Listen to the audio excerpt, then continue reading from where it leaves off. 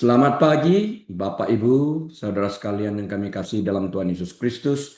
Selamat berjumpa kembali dengan kami dari Restoration Christian Church di Los Angeles. Hari ini hari Minggu, tanggal 21 Desember tahun 2025. Saya Hari Lee, Gembala Sidang, dan akan membahas sebuah topik yang saya beri judul The Relevance of Christ Today. Kita awali dengan doa. Kami mengundang kuasa-Mu turun atas kami, ya Roh Kudus. Ini saat-Mu, ambil alih semuanya. Berbicara kepada setiap pribadi, baik yang hadir live maupun melalui YouTube. Jamah hati kami, berikan kami hikmat marifat, mengerti isi hati-Mu, dan bantu kami menjadi pelaku yang aktif. Dan saat kami melakukan firman-Mu, kami dimerdekakan. Haleluya. Amin.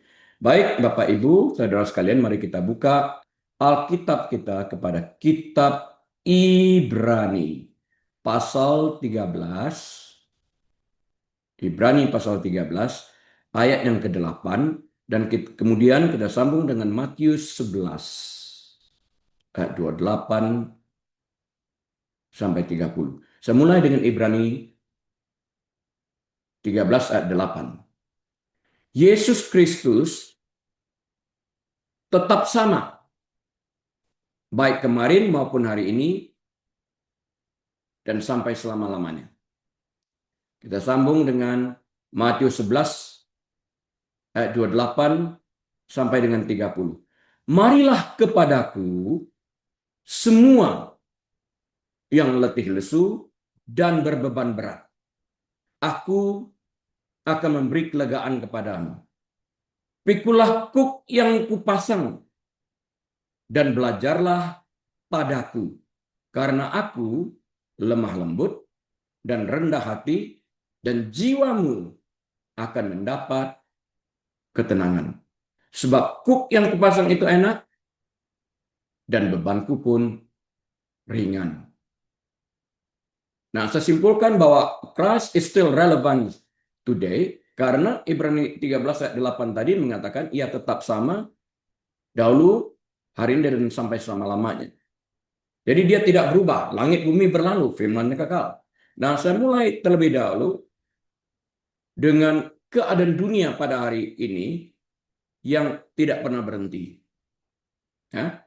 Jika saya meminta Anda sekalian untuk menggambarkan dunia tempat hidup kita saat ini dengan satu kata, apa yang ingin Anda katakan kepada saya? Satu kata. Anda mungkin mengatakan sibuk.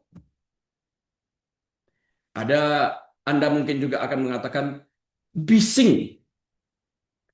Mungkin juga ada yang mengatakan hektik atau takut dan lain-lain sebagainya. Jadi ingat ya, perkataan-perkataan ini tentang keadaan dunia pada hari ini kunci daripada apa yang akan kita bicarakan ke belakangnya. Jadi jangan miss apa yang kita barusan katakan ini. Pikirkan juga betapa banyak kehidupan kita telah berubah. Hanya hanya dalam 10 tahun terakhir ini.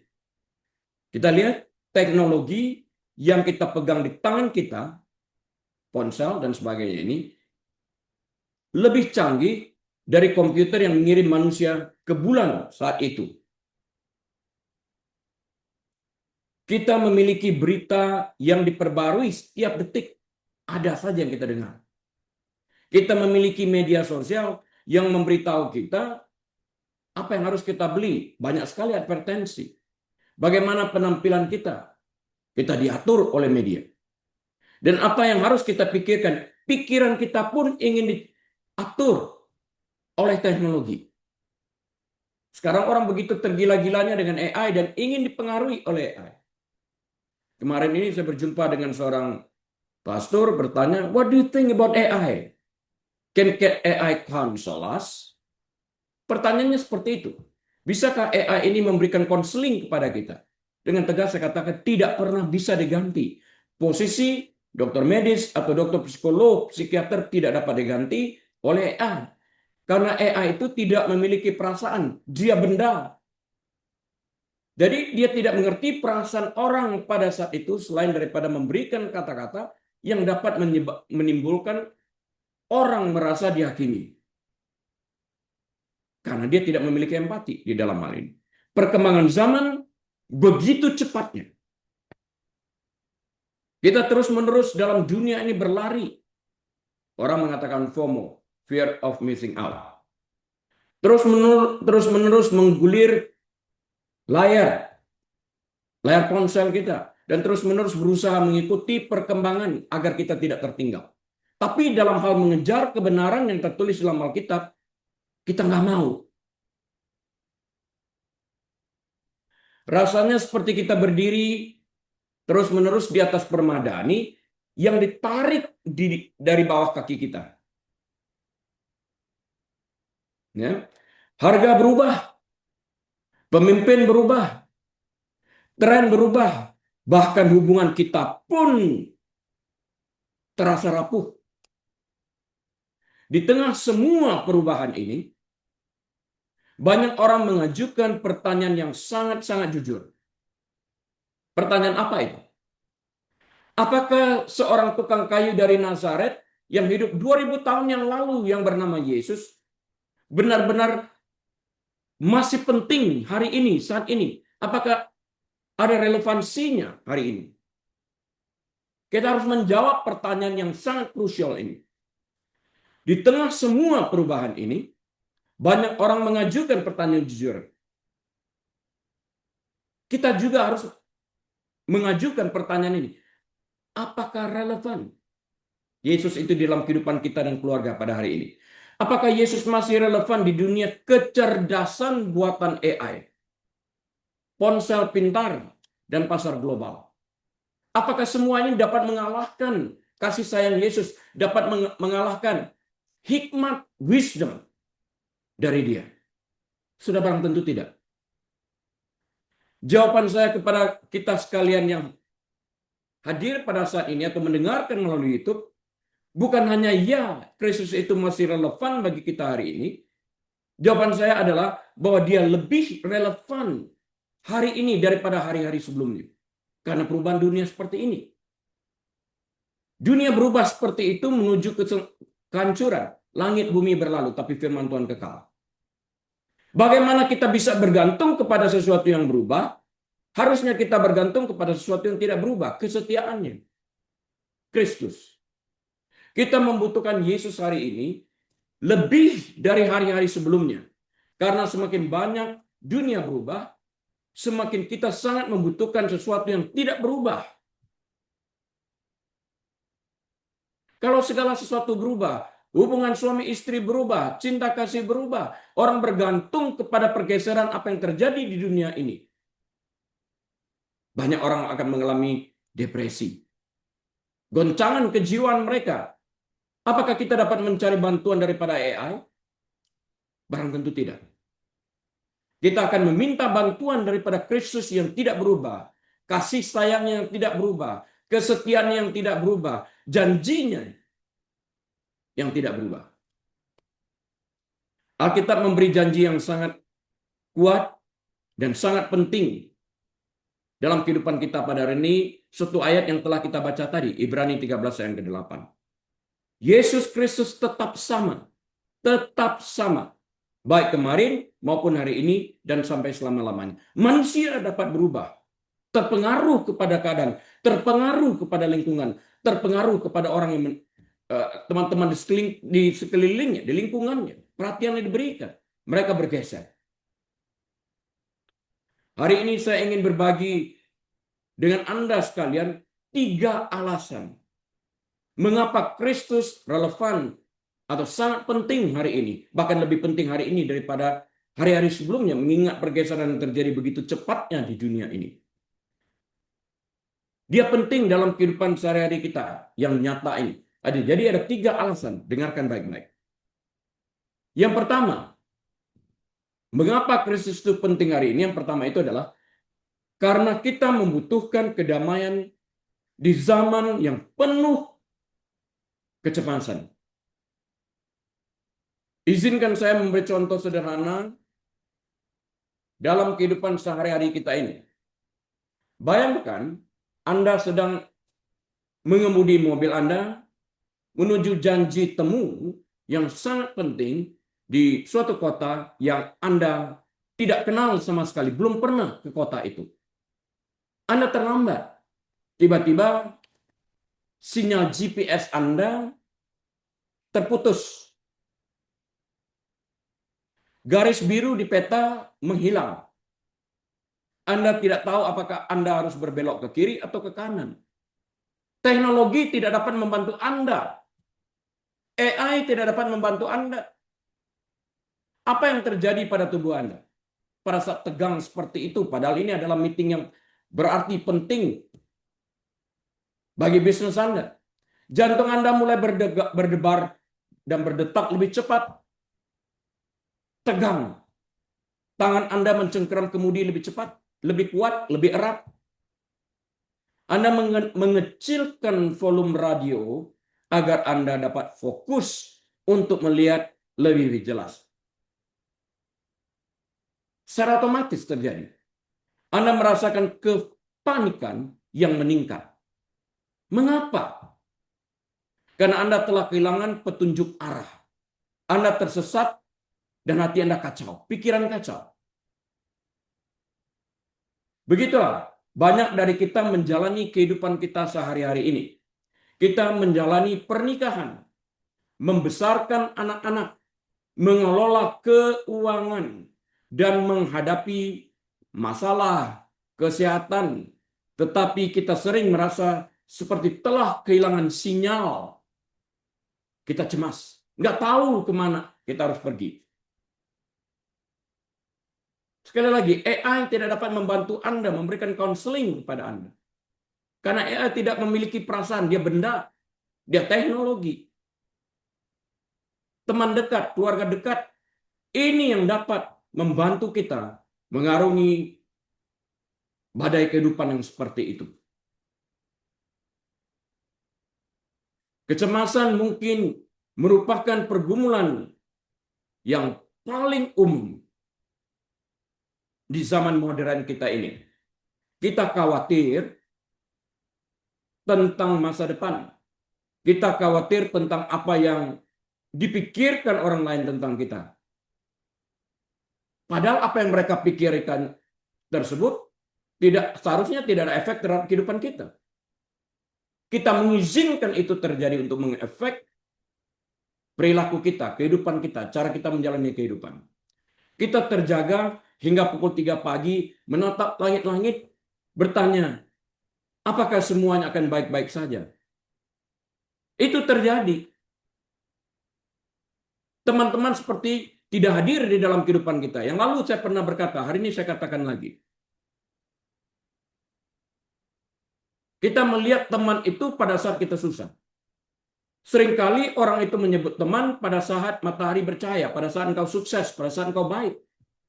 Jadi selalu harus ada matahari, sehingga teman itu adalah teman bayang-bayang, teman semusim, yang hadir pada saat matahari bersinar, yang hadir pada saat engkau senang. Engkau menduduki kedudukan yang tinggi, yang dapat memberikan keuntungan kepada mereka.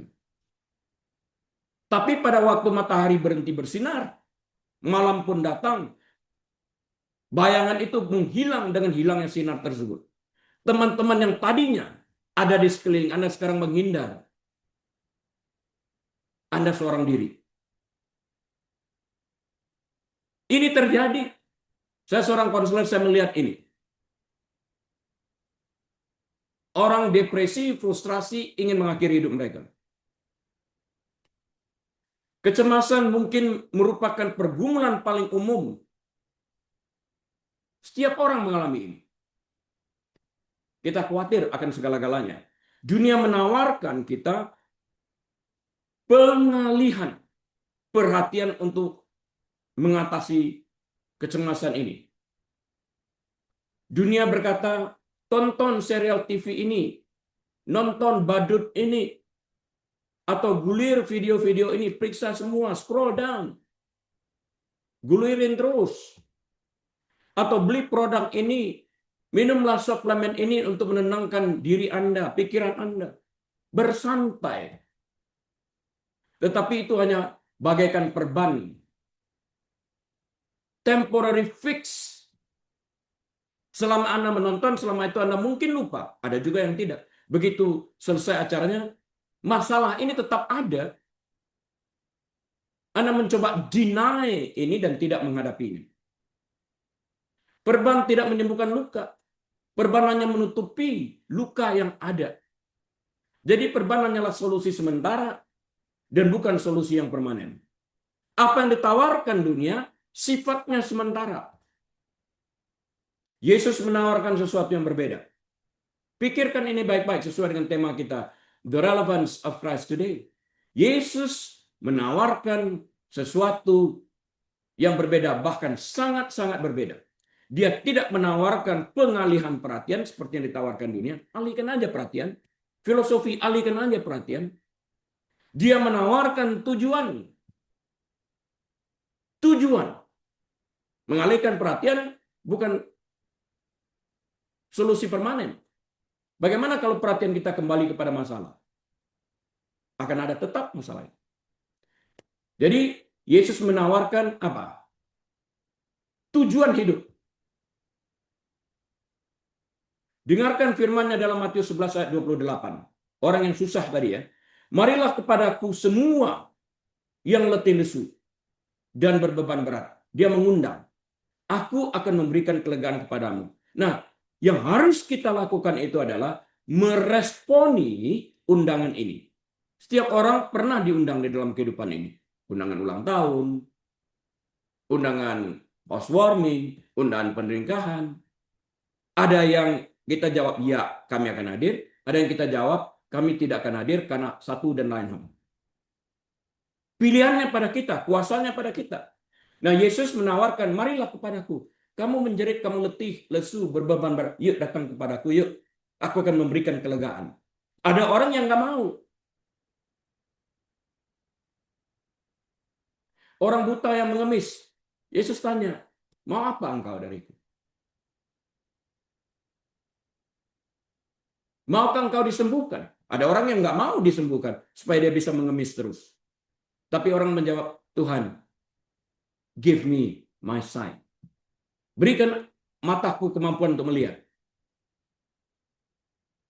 Itu yang penting. Perhatikan, waktu Yesus mengatakan, marilah kepadaku semua, bukan sebagian, yang letih lesu dan berbeban berat, aku, Yesus, akan memberikan kelegaan kepadamu. Perhatikan, Yesus tidak berkata, datanglah kepada sebuah filosofi, atau datanglah ke sebuah sistem keagamaan, tapi dia berkata, datanglah kepadaku pribadi. Datanglah kepadaku pribadi. Bukan benda. Datanglah kepada AI, tanya. Datanglah kepada ahli filsuf. Enggak. Datanglah kepadaku. Power. Relevansi Kristus saat ini adalah bahwa dia adalah satu-satunya sumber kedamaian sejati yang tidak bergantung pada keadaan kita. Waktu kita di dalam jeritan kelemahan kita, tangisan kita, tanpa kata-kata pun Tuhan mengerti. AI tidak dapat mengerti ini tanpa Anda ketik. AI, aku susah hatiku, aku begini. Tulis lebih banyak supaya aku mengerti. Dia nggak bisa mengolah kecuali dari tulisan yang engkau berikan. Dia tidak bisa membaca bahasa tubuhmu, tidak bisa melihat tangisanmu, tidak bisa membaca gerak-gerikmu. Tidak dimiliki. Dia berhala yang diberhalakan orang. Orang menghentikan datang kepada Kristus dan datang kepada AI. Karena mereka menganggap ini relevan. Yesus sumber kedamaian satu-satunya. Dunia hanya dapat memberikan kita kedamaian ketika segala sesuatu berjalan dengan baik. Kedamaian itu pun dalam tanda petik. Waktu semuanya baik.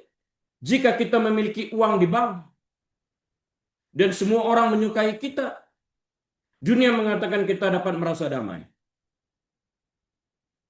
Tetapi begitu uang itu berkurang, kita tidak ada pekerjaan lagi, habis, atau masalah dimulai, kedamaian itu pun menguap.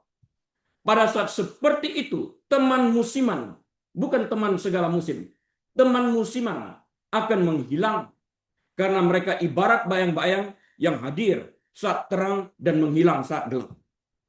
Saya mengatakan ini berkali-kali.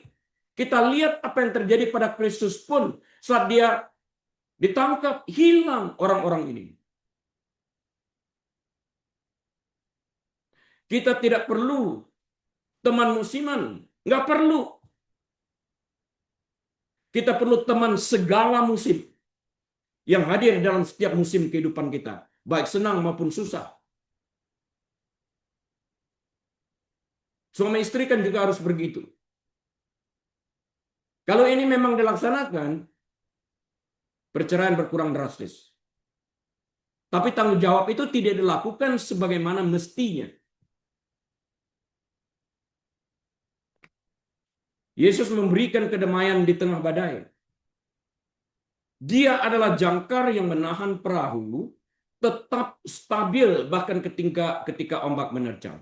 Ingat yang seminggu 2 minggu yang lalu saya bicarakan tentang perahu yang diombang-ambing kapal yang tidak mempunyai jangkar. Tujuannya nggak ada. Dia tergantung daripada badai kemana dia akan dihantarkan dan ke situ dia tiba dan seringkali di luar tujuan. Jika kita sedang bergumul dengan kecemasan-kecemasan yang kita miliki pada hari ini, Kristus relevan bagi kita. Ingat itu, Kristus relevan bagi kita. Karena dialah satu-satunya Allah yang dapat memberikan kedamaian yang melampaui akal budi manusia itu. Memberikan ketenangan batin di dalam kehidupan kita ini. Inilah ciri khas sahabat yang sejati itu. Yang hadir saat badai kehidupan menerpa kita. Bukan teman musiman, tapi teman segala musim. Ada nyanyikan Yesus sahabat sejati. Dia hadir. Coba hitung teman-teman Anda yang hadir pada waktu Anda susah. Yang peduli kepada hidupmu pada waktu engkau susah. Seringkali sebelum Anda berbicara dia tahu.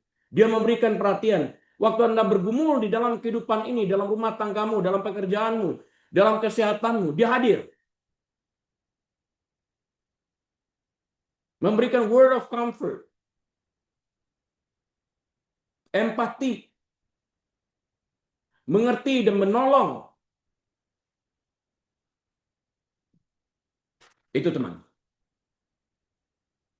Teman segala musim. Yang kedua, mengapa Kristus tetap relevan bagi kita hari ini? Selain dia memberikan rasa damai itu. Mari kita belajar dari tokoh yang benar-benar pernah hidup di dunia ini, belum terlalu lama ini, bernama Corrie ten Boom di Belanda. Sebagian kita tahu tentang cerita ini. Izinkan saya menceritakannya kembali. Saya ingin menceritakan kisah nyata Corrie ten Boom yang hidup di Belanda ini. Corrie adalah seorang wanita Belanda yang hidup selama Perang Dunia Kedua. Keluarganya beragama Kristen. Dan mereka percaya bahwa adalah tugas mereka untuk membantu orang-orang yang membutuhkan. Mengulurkan tangan. Teman segala musim ini tadi. Jadi mereka membangun sebuah ruangan rahasia di rumah mereka untuk menyembunyikan orang-orang Yahudi dari pengejaran kaum Nazi. Akhirnya, kebaikan mereka ini, apa yang mereka kerjakan di dalam kehidupan orang-orang Yahudi ini, dikhianati oleh seorang informan Belanda yang bernama Jan Vogel. Jan Vogel ini adalah informan Belanda yang mengkhianati. Sebelum mengkhianati, dia berusaha dulu menjadi teman yang baik. Saatnya selesai dibantu dan menjadi teman yang baik dalam tanda petik ini, dia dikhianati.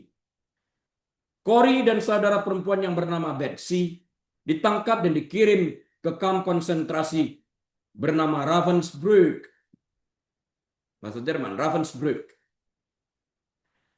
Itu adalah tempat yang mengerikan. Mereka kelaparan, mereka dipukuli, disiksa, dipermalukan. Corey menyaksikan saudara perempuan yang terkasih, Betsy ini, meninggal di kamp itu karena kekejaman para penjaga. Corey selamat. Dan setelah perang dia mulai berkeliling untuk menceritakan tentang kasih Tuhan yang dialami. Ini pribadi dialami. Dia berbicara tentang bagaimana Tuhan dapat menyembuhkan luka yang paling dalam sekalipun di dalam batin manusia. AI nggak bisa. Suatu hari Minggu di tahun 1947,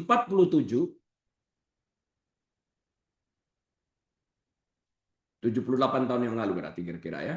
Dia sedang berbicara di sebuah gereja di Munich, München, di Jerman. Perang telah berakhir, tetapi luka-luka itu masih terasa. Akibat daripada kekejaman para serdadu Nazi ini. Dia menyelesaikan khotbahnya. Corey menyelesaikan khotbahnya tentang pengampunan dan orang-orang mulai keluar meninggalkan gedung gereja.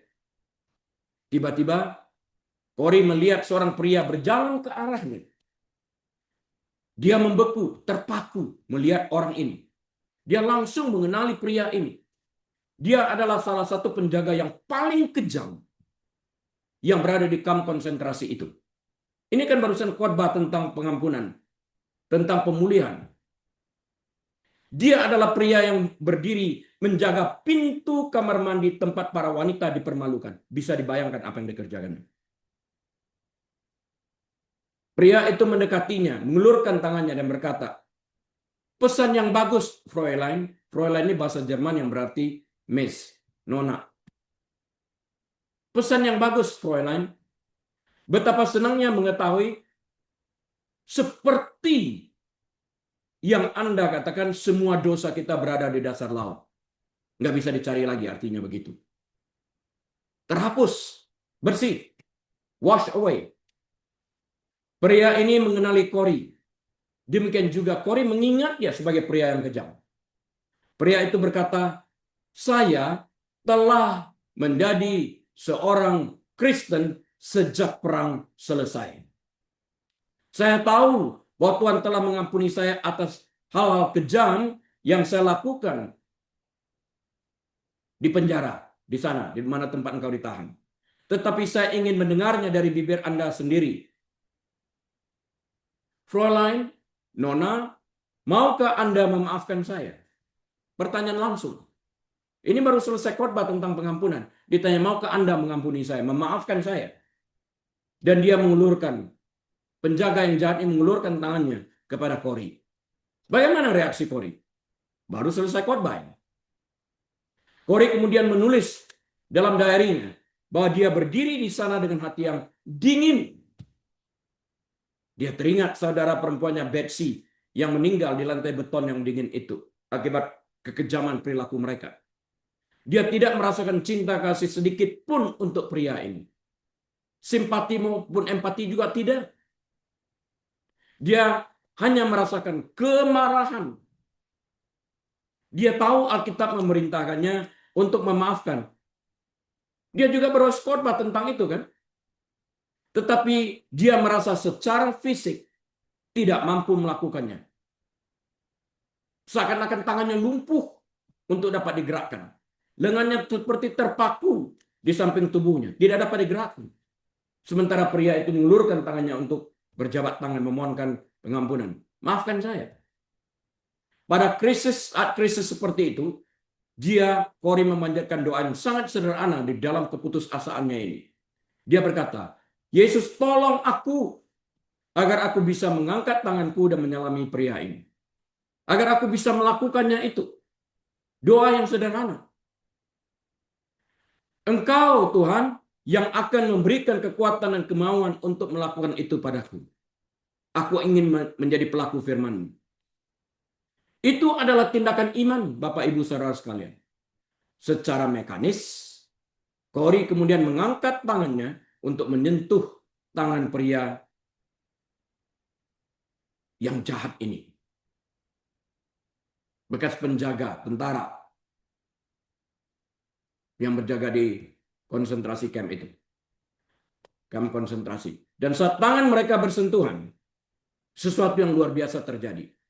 Corey menggambarkannya sebagai arus listrik yang dimulai dari bahunya, mengalir ke lengannya, dan menyebar ke tangan mereka yang saling berpegangan, saling berjabat tangan. Kehangatan membanjiri seluruh tubuhnya, membuat air mata mengalir di matanya. Dia berseru, Corey berseru, aku memaafkanmu saudaraku dengan sepenuh hatiku. Corey menyadari sesuatu yang mendalam pada saat itu, pada hari itu. Pengampunan bukanlah emosi. Pengampunan adalah sebuah keputusan yang kita ambil dan Allah turut bekerja di dalam keputusan kita itu. Dan ketika kita mengambil keputusan untuk menaati Tuhan dengan memberikan pengampunan, Tuhan akan memberikan kekuatan kepada kita untuk melakukannya. Efesus pasal 4 ayat ke-32 mengatakan, tetapi hendaklah kamu ramah seorang terhadap yang lain, penuh kasih mesra, dan saling mengampuni, sebagaimana Allah di dalam Kristus telah mengampuni kami.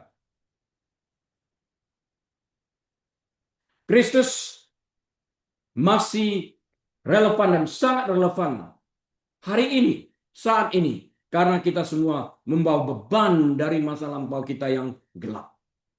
Psikologi, Bapak Ibu Saudara sekalian, dapat membantu kita memahami rasa sakit kita. Saya ulang, psikologi dapat membantu kita memahami rasa sakit kita. Tetapi hanya Yesus yang dapat memberi kita kekuatan supranatural untuk menghapus masa lalu kita yang gelap dan memutuskan rantai kepahitan. Mengampuni bukan berarti kita deny terhadap apa yang telah terjadi, juga bukan berarti bahwa sesuatu yang jahat tidak pernah terjadi di dalam kehidupan kita. Bukan itu. Mengampuni di sini adalah sebuah keputusan yang kita ambil untuk mengeluarkan diri kita dari penjara kebencian, penjara kemarahan, penjara kepahitan yang mengikat kita. Bukan berarti melihat orang itu sebagai orang sudah tidak bersalah. Dia tetap pernah melakukan kejahatan itu. Itu tidak dapat dirubah. Yang dapat dirubah adalah keputusan untuk tidak membalas dendam, tapi memberikan pengampunan yang tulus.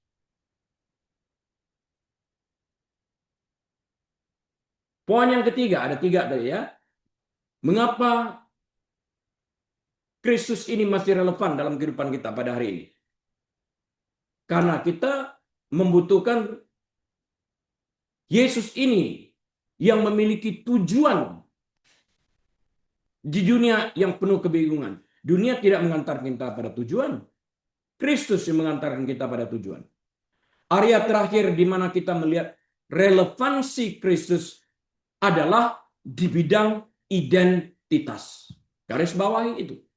Area terakhir di mana kita melihat relevansi Kristus adalah di bidang identitas. Mengetahui siapa kita sebenarnya. Catatkan baik-baik. Identitas. Jangan sampai sebentar lagi lupa. Saya dengar, tapi bukan mendengarkan. Mendengarkan itu mencatat bukan hanya di atas kertas, tapi di dalam hati kita. Identitas ini yang tidak boleh berubah. Nanti akan kita bicara lebih lanjut. Ini sangat sulit bagi kaum muda saat ini. Tetapi hal ini pasti mempengaruhi kita semua. Kita terus-menerus diberitahu oleh dunia bahwa kita adalah apa yang kita hasilkan. Dan dunia mengatakan bahwa, hei, Anda adalah jabatan pekerjaan Anda. Hebat dia, CEO. Identitasnya melekat kepada CEO itu. Anda adalah saldo rekening Anda. Uangmu banyak, sekian juta. Identitas Anda melekat pada itu menurut dunia loh ini. Anda adalah jumlah pengikut Anda di Instagram. Ini juga menurut pengaruh dunia. Anda adalah nilai-nilai Anda dari apa yang Anda produksikan, Anda capai. Anda adalah barang-barang branded yang Anda kenakan. Beberapa kali saya ketemu orang ini. Harus mengerti, saya seorang wanita. PD saya naik pada waktu saya menggunakan Hermes, waktu saya menggunakan Chanel. Ini hilang. Apakah Anda berhenti juga eksis sebagai manusia kalau suatu saat Anda tidak memiliki itu lagi? Apakah benda-benda ini dapat mengantarkan Anda ke surga? Ini memberhalakan. Apakah pernyataan ini benar bahwa kita adalah seperti yang dunia katakan itu? Kita, posisi kita, benda-benda yang melekat pada tubuh kita dan sebagainya ini. Ini jebakan Bapak Ibu Saudara sekalian. Karena jika kita kehilangan pekerjaan, kita kehilangan barang-barang mewah tersebut, apakah kita berarti kehilangan nilai diri kita? Ini yang harus dijawab. Jika kita sakit dan tidak menghasilkan, apakah kita berhenti berarti? Apakah nilai hidup kita ini hilang? Apakah kita sesungguhnya apa yang kita hasilkan, benda-benda yang melekat pada tubuh kita, Hermes, Chanel, baju bagus, dari kepala sampai ke kaki. Apakah itu? Apakah jati diri kita ini bergantung kepada faktor eksternal? Semua itu kan eksternal. Dalam arti terhadap apa yang kita capai. Benda-benda yang kita miliki adalah hasil pencapaian kita yang kita beli. Menunjukkan gua orang hebat. Berikut ini saya ingin memaparkan tentang perangkap terhadap hal ini. Saya namakan ini perangkap produksi. Perangkap pencapaian. Ini dari perspektif Alkitab ya. Termasuk realitas kehilangan pekerjaan. Dan saya akan membahas sebuah kisah nyata tentang suatu pribadi yang bernama Henry Nouwen. Apa yang dilakukannya? Mengapa manusia mengkultuskan pencapaian? Mengapa Anda lebih dari sekedar resume Anda? Lebih daripada apa yang Anda catat itu. Lebih daripada pencapaian Anda. Karena sejak awal kita diciptakan dalam rupa dan gambar Kristus. Bukan dalam rupa dan gambar apa yang ada di dunia ini. Dalam budaya modern kita, pertanyaan pertama yang sering kita ajukan pada orang yang pertama kali kita jumpai, belum kenal. Pekerjaan Anda apa sih? Kamu kerja apa? Sering ya kita tanya itu. Mengapa? Ini adalah cara yang paling halus dan bawah sadar untuk menghitung nilai mereka. Perhatikanlah jika dia mengatakan, aku bekerja sebagai cleaning service. Apa yang ada dalam pikiran dan bawah sadar Anda? Jujur. Anda tidak menunjukkan minat untuk berbicara lebih lanjut kepada orang-orang ini. Tapi mengertikah Anda bahwa orang-orang ini juga memiliki hikmat? Mereka juga diciptakan dalam rupa dan gambar Allah. Mereka juga dikasihi oleh Allah. Kita telah terperangkap sesungguhnya dalam perangkap kebohongan yang sangat-sangat berbahaya. Yaitu keyakinan bahwa kita adalah jumlah dari apa yang kita hasilkan. Jalan kita, kepala kita berdiri tegak waktu kita mengenakan Hermes, Chanel. Apakah ini penting?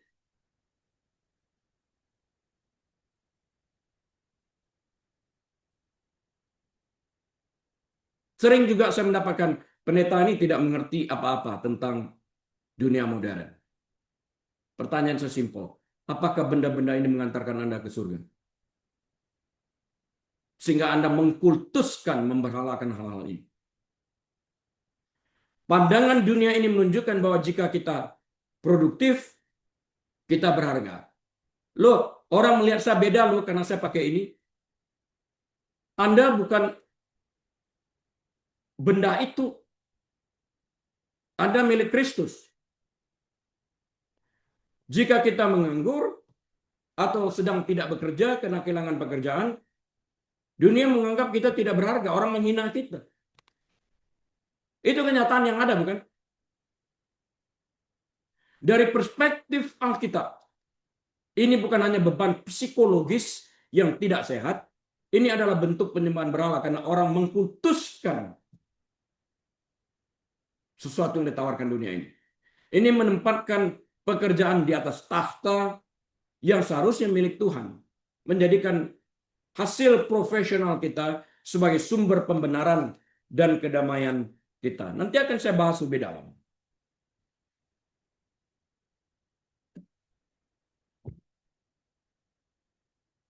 Kritik Alkitab tentang ini apa? Yang dinyatakan Alkitab tentang ini apa? Bagaimana cara kita melihat keberadaan, pencapaian versus perbuatan? Alkitab membantah, sekali lagi, Alkitab membantah persamaan bahwa produksi tidak sama dengan nilai. Ya, Alkitab membantah persamaan bahwa produksi adalah nilai, bukan. Itu sudah terjadi pada pasal pertama Kitab Kejadian. Urutan penciptaan itu seperti apa? Masih ingat? Dunia diciptakan kapan? Manusia diciptakan? Exactly, hari ke-6. Manusia diciptakan menurut apa? Imago Dei. Menurut rupa dan gambar Allah. Hari ke-6. Apa hal berikutnya yang terjadi? Dan God rest on the seventh day. Manusia diciptakan untuk masuk peristirahatan. Hari Sabat. Kejadian 2 ayat 2-3. Adam dan Hawa belum menghasilkan sesuatu apapun. Belum berkebun, mengurus itu, belum ada gaji lah istilahnya hari ini. Belum ada kota, tatanan, dan semuanya. Namun Tuhan menyebutkan mereka sangat baik. Nilai mereka ditetapkan dalam keberadaan mereka, bukan dalam perbuatan mereka. Perbuatan mereka nanti mereka berdosa. Nilai mereka ini tetap sama. Allah melihat nilai. Maka dia menciptakan, mengirim. Bukan menciptakan, maaf. Dia mengirimkan seorang penebus nantinya.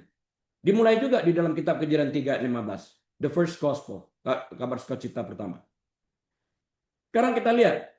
Perbedaan antara kasih karunia versus perbuatan. Prinsip inti Injil adalah bahwa kita tidak dapat memperoleh keselamatan melalui usaha atau pekerjaan kita. Keselamatan itu adalah anugerah Tuhan kepada kita. Efesus 2 ayat 8-9. Karena itu Rasul Paulus berkata, jangan ada orang yang membanggakan diri. Itu bukan usahamu, bukan pekerjaanmu. Itu Allah yang menganugerahkan keselamatan ini kepada kita. Ya, itu kasih karunia perbuatan. Jika nilai spiritual, perhatikan baik-baik, nggak bisa missing ini ya, nggak boleh lewat ini. Jika nilai spiritual kita tidak dapat diperoleh melalui produksi religius, bersedekah dan semuanya ini, mengapa kita harus percaya bahwa nilai kemanusiaan kita harus diperoleh melalui produksi ekonomi? Saya ajukan pertanyaan yang tajam dan mendalam ini. Dengarkan baik-baik sekali lagi. Ini dasar dari Alkitab dan Kitab Kejadian. Jika nilai spiritual kita tidak dapat diperoleh melalui produksi religius. Produksi religius misalnya kita berpuasa, kita berbuat baik, kita menolong orang miskin, bersedekah, dan sebagainya. Nilai spiritual tidak dapat dicapai melalui produksi religius ini. Jika ini tidak tercapai, jika tercapai, orang membanggakan diri, dia dapat masuk surga dengan usahanya kan? Tidak dapat dicapai. Nilai religius itu tidak dapat dicapai melalui perbuatan. Nah, lantas pertanyaan berikutnya yang penting, mengapa jika kita tahu hal religius ini seperti ini, mengapa kita percaya bahwa nilai kemanusiaan itu harus diperoleh melalui produksi ekonomi? Mengapa Anda berpikir bahwa nilai Anda itu lebih tinggi sebagai seorang CEO, sebagai seorang dokter, sebagai seorang lawyer, daripada seorang gembel? Enggak kok, sama di mata Allah. Sama-sama gambar Allah. Enggak perlu berpikir seperti itu. Saya banyak juga bergaul dengan orang-orang cleaning service. Ngobrol dengan mereka. Contoh Yesus di sini ya. Sebelum Yesus melakukan satu mujizat apapun, atau menyampaikan satu khotbah apapun, Allah Bapa berfirman kepadanya pada saat pembaptisan. Pada saat pembaptisan di Sungai Yordan telah selesai, Allah Bapa berkata, dan ini terdengar suaranya. Disaksikan banyak orang yang hadir di sana. Inilah anakku pribadi, personal, yang kukasihi. Kepadanya lah aku berkenan. Yesus sepenuhnya dikasih dan sepenuhnya berharga sebelum dia produktif dalam pelayanannya. Setelah dia produktif, apa yang dikatakan oleh Bapa di Mount of Transfiguration? Di sana dilihat ada Yesus juga yang berubah menjelma pakaiannya putih ya dikatakan. Ada Musa dan ada Elia. Murid-murid menyaksikannya. Ada Petrus, ada Yohanes di sana. Inilah anak yang kukasih yang kepadanya aku berkenan. Persis sama kalimatnya. Hanya sekarang dikatakan dengarkan dia. Mengapa dikatakan dengarkan dia? Dia lebih daripada Musa yang melambangkan hukum. Dia lebih daripada Elia yang melambangkan profet ini. Dia sudah terjun di dalam pelayanan. Dia lebih daripada mereka ini semua.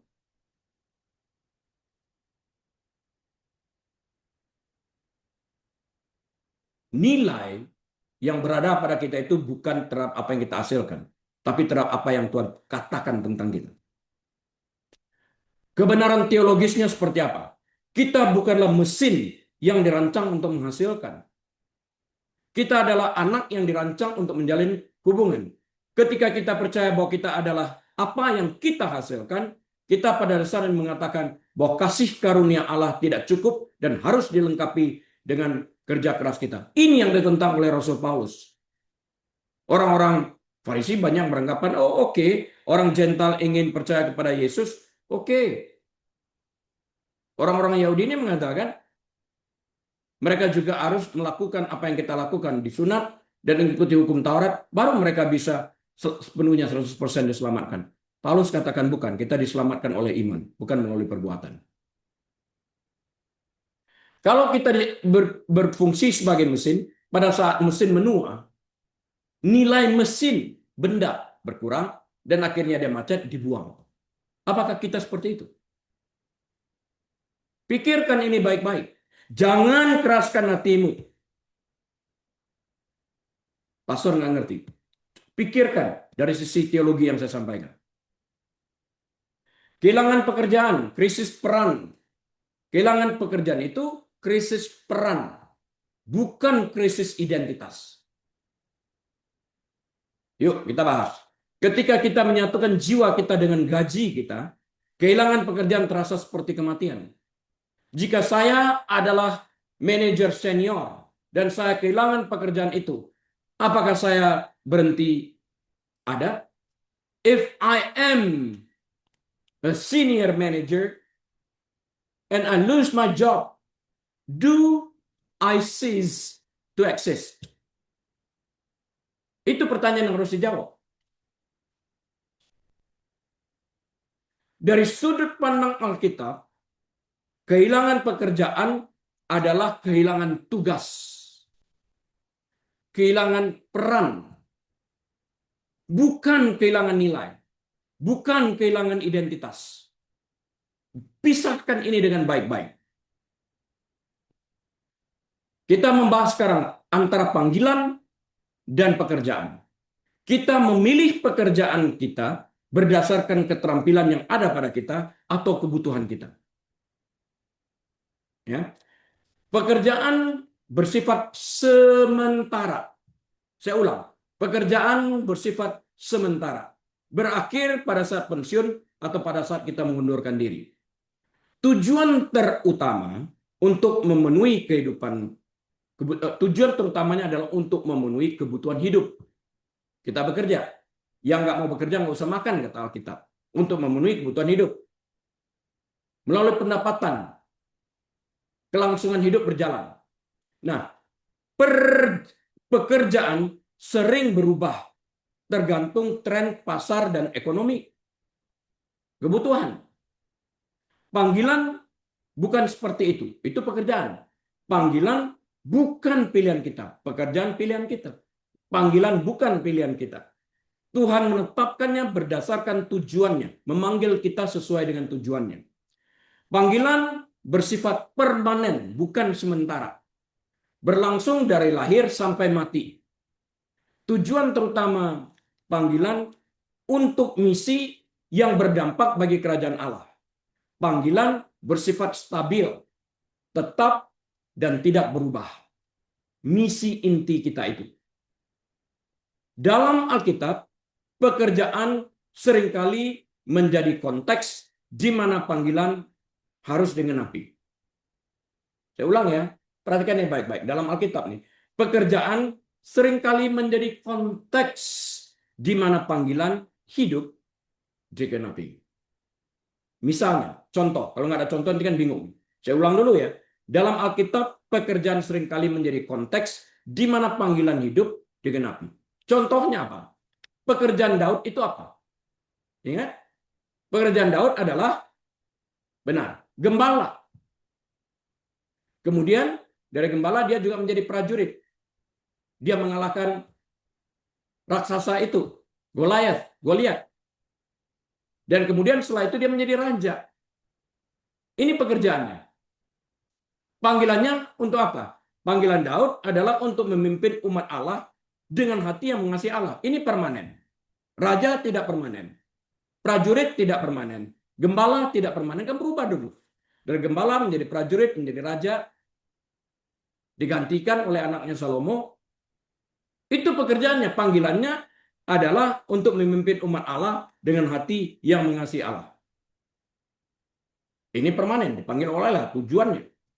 Pekerjaan Esther adalah Ratu Persia. Omnya itu Mordekai. Ini ponakannya Mordekai. Panggilan Esther adalah untuk menyelamatkan bangsa Yahudi dari kehancuran. Itu panggilannya. Kita lihat di dalam pekerjaannya, panggilannya itu juga digenapi. Dia menggunakan posisinya sebagai ratu. Lihat ini.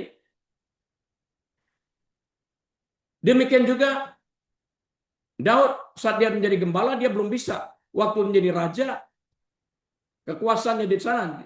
Dia dapat memenuhi juga panggilan ini dalam skop yang lebih besar. Nah, pekerjaan Paulus adalah membuat tenda. Tent maker. Panggilannya untuk menjadi rasul bagi bangsa-bangsa lain. Sampai mati kan? Itu permanen panggilan ini. Pekerjaannya kan enggak. Nanggap ya?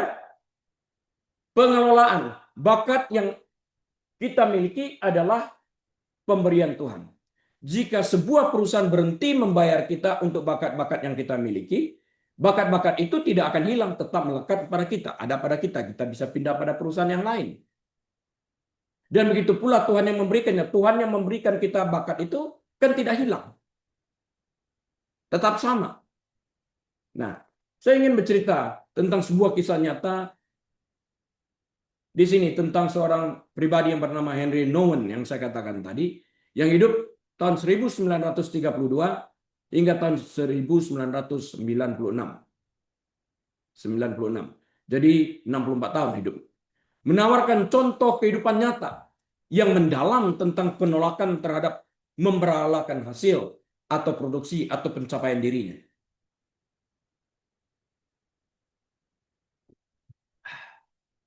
Latar belakangnya kita perlu tahu dulu. Henry Nouwen berada di puncak kesuksesan kariernya. Dia adalah seorang imam, seorang penulis yang sangat terkenal pada zamannya, dan seorang profesor di institusi Ivy League seperti Yale dan Harvard. Dia bekerja di Yale dan Harvard. Terkenal. Dia memiliki prestis. Dia memiliki kecerdasan, otaknya cemerlang. Dia mendapat pencapaian gilang gemilang yang sangat diidam-idamkan oleh dunia. Ini adalah definisi kesuksesan itu sendiri. Masih hadir semua Anda dengan spirit Anda? Atau sudah hilang? Dengarkan ini baik-baik. Titik baliknya di mana? Terlepas dari kesuksesannya, Nouwen merasa kering secara spiritual dan kesepian. Dia merasa tenggelam dalam tuntutan reputasinya dalam kehidupannya sehari-hari. Dalam langkah yang mengejutkan, ia mengundurkan diri dari Harvard untuk tinggal di Large Daybreak Daybreak di Toronto ini. Sebuah komunitas untuk orang-orang dengan disabilitas intelektual yang parah. IQ rendah. Intelektual disabilitas ini. Pelajaran yang diperoleh Noon di Large ini adalah Noon ditugaskan untuk merawat seorang pemuda yang bernama Adam Arnett. Siapa dia? Adam tidak dapat berbicara, tidak dapat berpakaian sendiri, menderita kejang-kejang, convulsion, yang sering terjadi di dalam kehidupannya.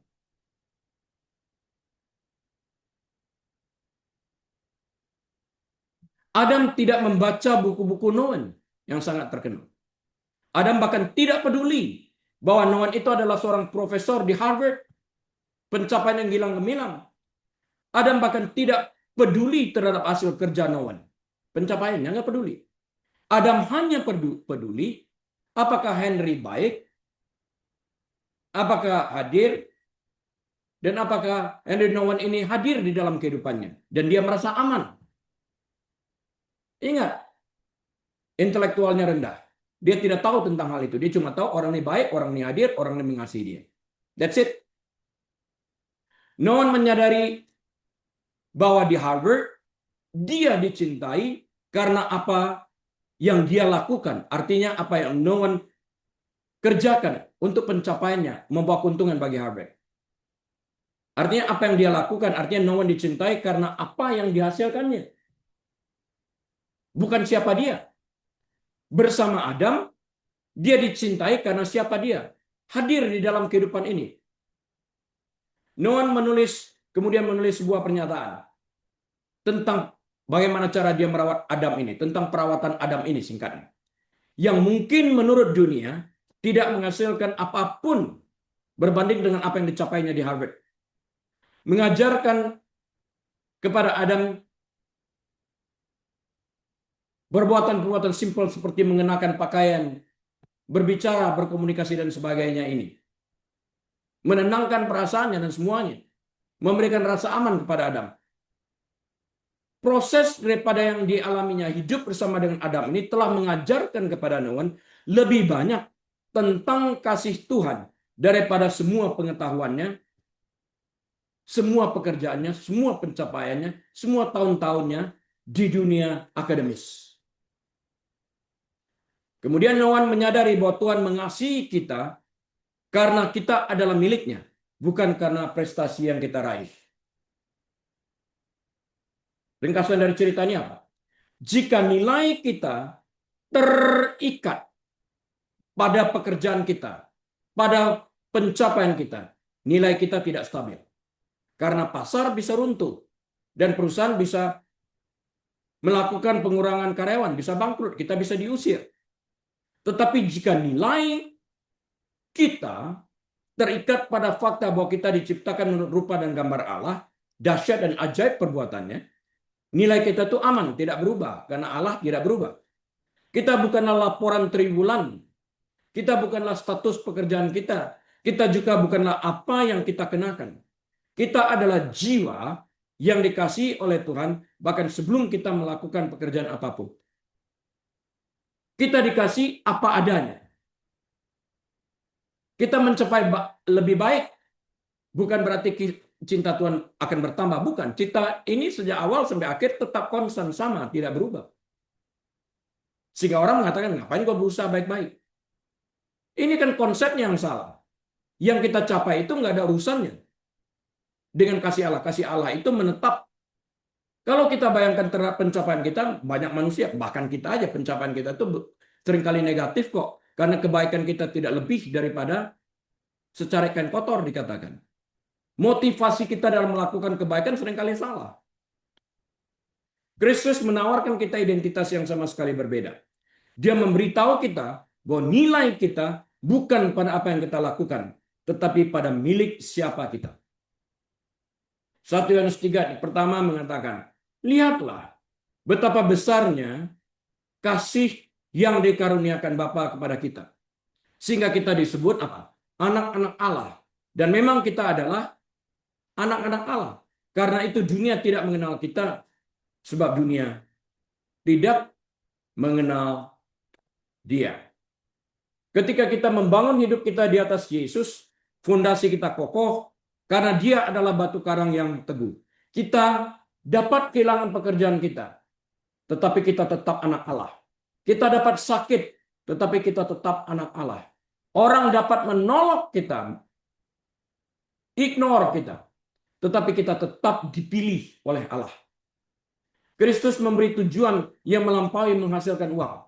Dia memanggil kita untuk mengasihi kita dan mengasihi kita dan mengasihi sesama kita, untuk melayani orang miskin, untuk menjadi terang di tengah kegelapan. Dia memberi kita misi yang benar-benar penting. Kasihlah sesama manusia seperti engkau mengasihi dirimu. Above all, kasihlah Tuhan dengan segenap hati, kekuatan, dan akal budi. Di dunia yang bingung tentang segala hal, bingung tentang kebenaran, bingung tentang moralitas, bingung tentang masa depan, Yesus berdiri sebagai kebenaran yang tidak tergoyahkan. Dia berkata, akulah jalan, kebenaran, dan hidup. Ini tidak berubah. Dia menyederhanakan hidup kita dengan memberi kita satu Tuhan untuk dilayani daripada 1000 tuntutan yang berbeda. Kesimpulannya apa? Summary saya apa? Saat ini, saat kita mengakhiri ibadah kita pada pagi hari ini, saya ingin kita memikirkan ikon baterai di ponsel kita. Tahu ya ikon baterai itu? Pernah lihat, setiap hari kita lihat itu. Kita tahu ikon itu, ketika ikon itu berubah warnanya menjadi merah dan turun hingga 5%, 3%, kita mulai mencari pengisi daya. Kita tahu bahwa jika kita tidak mencolokkannya, layar akan mati, telepon tidak akan berfungsi. Tidak peduli seberapa mahal ponsel itu. Tanpa daya, nggak mungkin berfungsi. Tanpa daya, ponsel tidak berguna. Nah, banyak dari kita hidup dengan baterai 5%, bahkan di bawah 3%. Kita mencoba menjalani kehidupan yang penuh aktivitas tanpa koneksi spiritual. Kita lelah, kita cemas, dan kita kehabisan energi. Tuhan memanggil kita, marilah kepadaku hai kamu yang letih lesu dan berbeban berat. Ikon kita rendah. Banyak orang yang memperhatikan khotbah tanpa memperhatikan isinya sama sekali. Lewat. Kalau ditanya apa isi khotbah, nggak tahu. Saat selesai baca Alkitab, kamu baca apa? Nggak tahu. Tapi mau diberkati Tuhan. Kristus relevan saat ini karena Dia adalah sumber kekuatan. Dia adalah pengisi daya. Dia mengundang kita untuk terhubung kembali. Dia bukanlah sosok sejarah yang jauh. Dia hidup. Dia bekerja dalam jutaan kehidupan saat ini. Miliar manusia. Menyembuhkan pernikahan seperti Louis Zamperini. Masih ingat minggu lalu saya cerita tentang Louis Zamperini yang pernikahannya dipulihkan Tuhan, memberikan kedamaian kepada orang-orang yang cemas, dan memberi tujuan kepada orang-orang yang tersesat. Dia sama kemarin, hari ini, dan selamanya. Dia relevan bagi para nelayan di Galilea.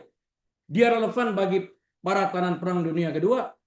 Dia relevan bagi Nelson Mandela. Dia juga relevan bagi Noen.